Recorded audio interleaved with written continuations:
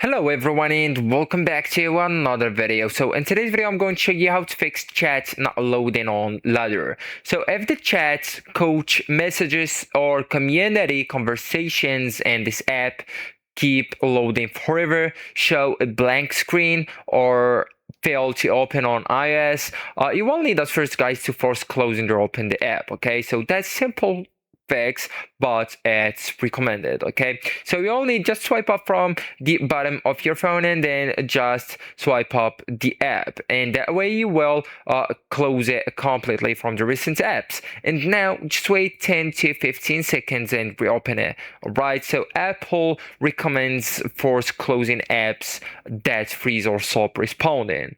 Also guys, you will need to swipe down from the top right corner of your phone just like that, and then go and tap and hold this section or this tab. Okay, so here you will need to switch between Wi-Fi and mobile data and disable the VPN temporarily if you're using one and restart your router. Okay, so the chat systems depends heavily on stable internet, and the poor connectivity is one of the most common causes of loading issues. Also guys, I really advise you to check for an update or to do an update for the app. So you all need to go with the Apple App Store right here, and then just go and tap on your profile picture or profile icon that's located at the top right corner of it.